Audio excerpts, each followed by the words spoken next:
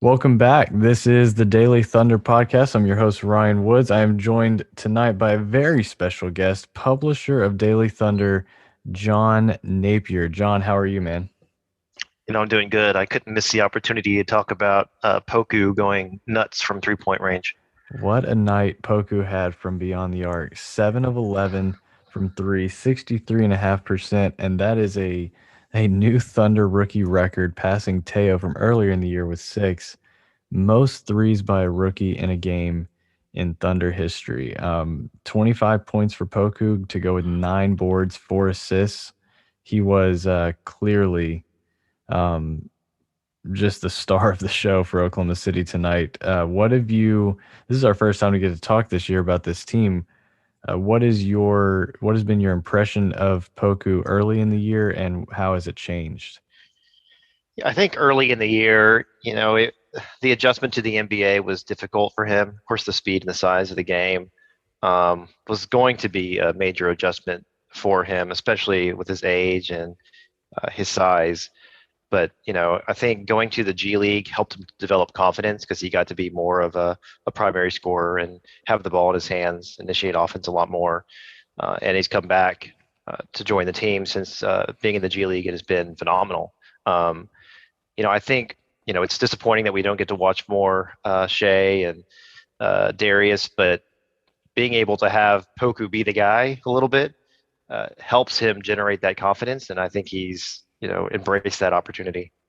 Long term, do you see him playing with Bazley, or do you think those two are going to be kind of swapped in and out for one another? I think it's a really good question. And I'm not sure that even Presti or the coach they even know Mark Daigneault doesn't even know what they'll do because really never had the opportunity to see how it can work at its fullest extent.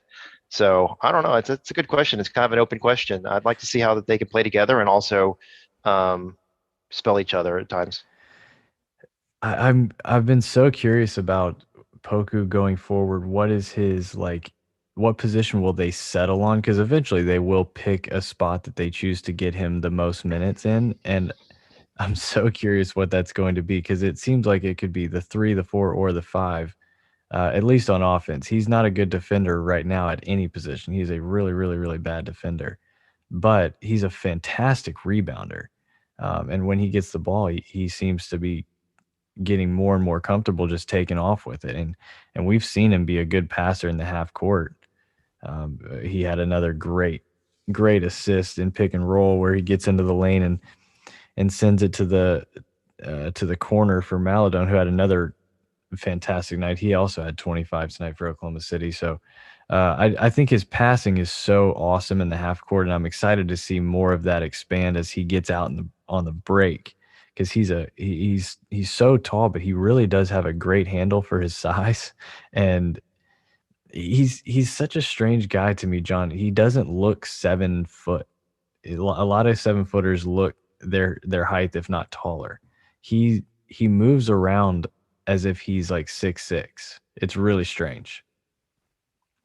I think that's a really good observation because he is really fluid with the basketball in his hands and has, I think, excellent court vision, which is how he can make so many of those no-look passes that it looks so great and actually are really effective. And, you bring up a good point about his rebounding. And it's something that we saw when Russ was here, that he grabbed the boards and he could initiate the offense or start the break. And, POKU, being a big guy who's going to be down there grabbing boards, will be able to play a similar role. He'll be able to grab the ball and start up the court immediately. And he's got that vision to initiate a fast break or transition offense.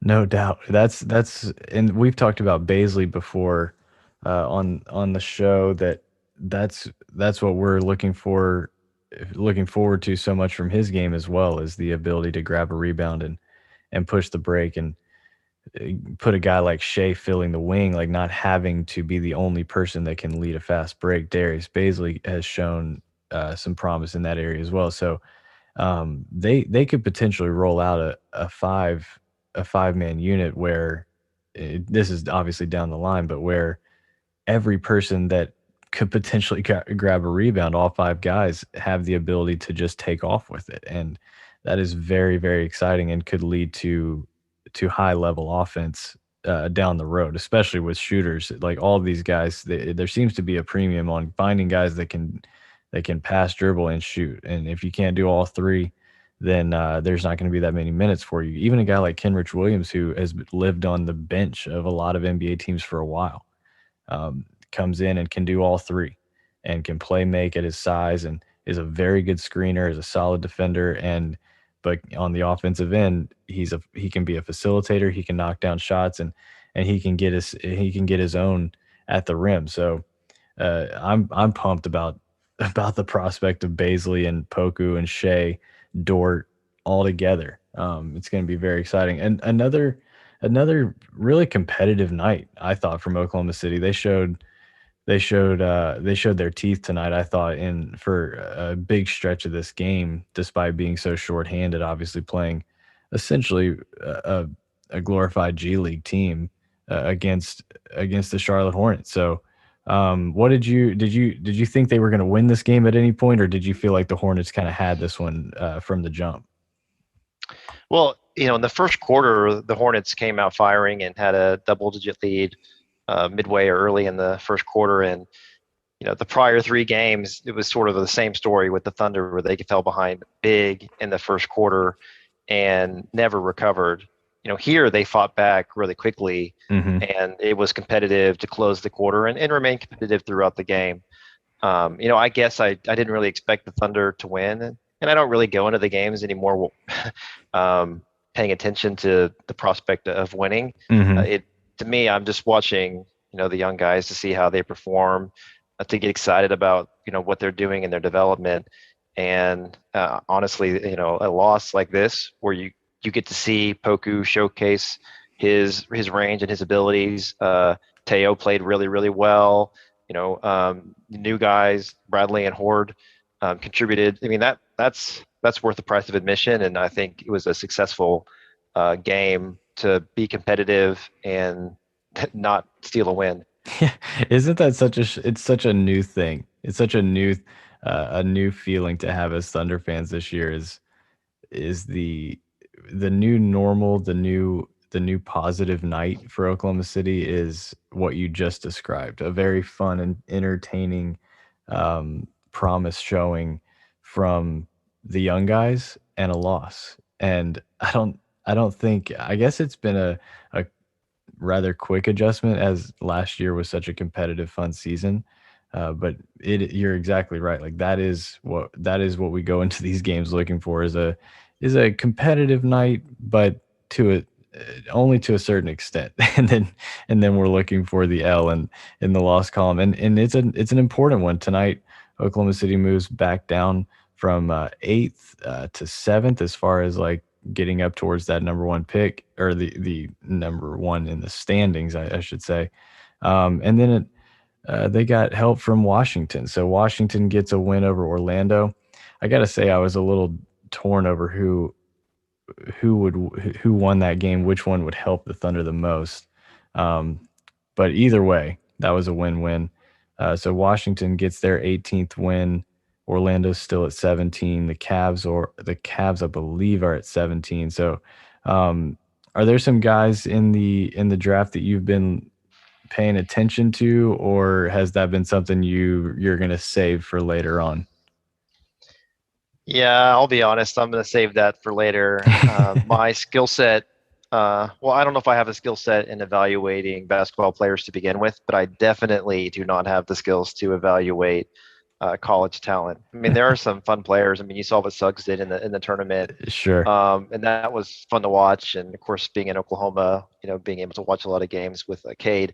So I'm really excited about having a high draft pick. I really hope it works out that we can have the lottery balls fall our way, Mhm. because at the top end of the draft, it seems to me that there's plenty of talent.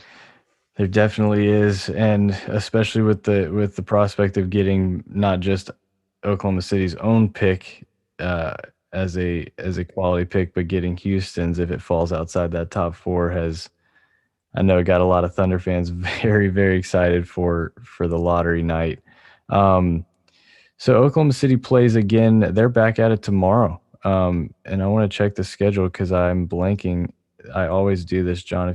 If you've listened, you know I'm horrible. I always blank at the schedule It's right the as I'm Cavs. about to read it. It's a game the Thunder really need to lose tomorrow night against You're Cleveland. exactly right. Home against the Cavs, man. What a big, big, big game. And we'll see. Oklahoma City was again without Dort, Baisley, Muscala, Shea. Um, Roby is still out, so we'll see who plays tomorrow night. I know there was reports from media today that that those guys, a couple of those guys, are progressing towards playing, but we'll see. I if Oklahoma City means business about the tank, I think tomorrow night is the night that you've got to sit these you've got to sit these guys. You know, it's such an important game, like you're saying. And Cleveland is sitting at 18 wins. You could hand them their 19th on a silver platter tomorrow night. And I also wonder how they're going to deal with Poku, who limped off the court late in the game. Yeah, good point. I guess he had hurt his hip on that dunk attempt, and managed to play through the game, and of course had a phenomenal game. But if this is a game you want to lose, maybe you don't play him as many minutes. Maybe you hold him out. Let them heal up and have that bruised hip, fully repair itself before sending him out there again. Sure, and I hadn't thought about that yet, but I think that's exactly what they will do. I think with as cautious as they've been with these young guys, especially these young guys that they see as part of the future, I think they've been very, very cautious with them, and I think they'll do the same with Poku tomorrow.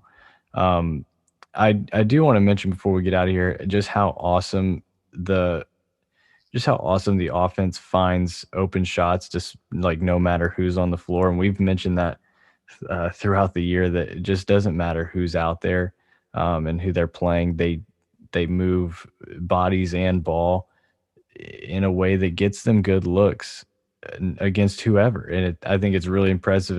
And doing it a lot of the time without Shea, with a rookie at point guard, and then Poku handling the ball a lot. I'm just incredibly impressed by the effort and the coaching, and I just wanted to make sure that was thrown in there because they have been fantastic in how they've played. And I agree entirely, and then I think that is definitely a coaching thing. When you have Shea in there, you're not going to have to generate shots the same way as when you don't have a dominant scorer.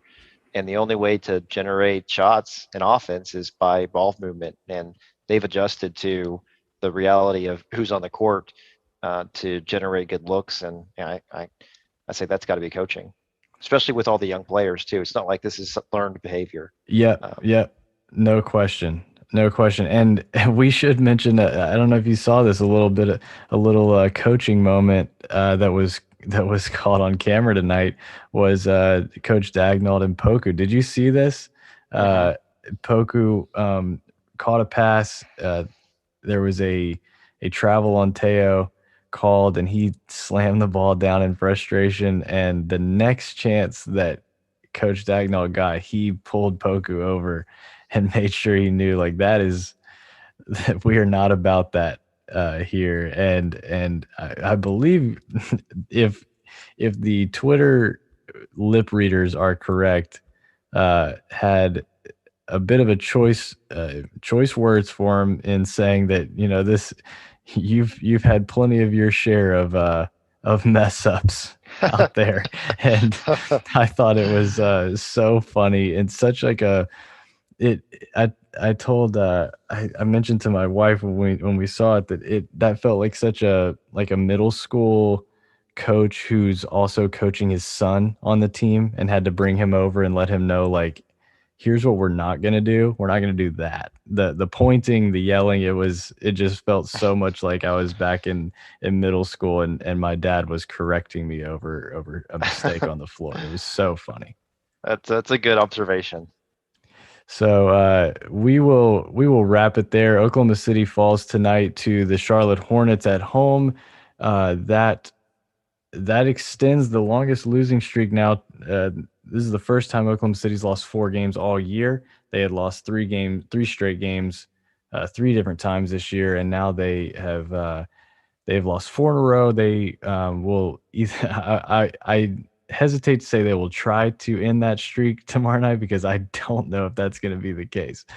Cleveland comes to town tomorrow, so we will be back to chat after that one tomorrow. John, thanks for joining me. It's been a long time coming. Enjoyed having you, man. Hey, thanks for letting me be on your show. Absolutely, man. Here. Let's be honest. It's your show. You know what I mean? It's your show, but we appreciate it.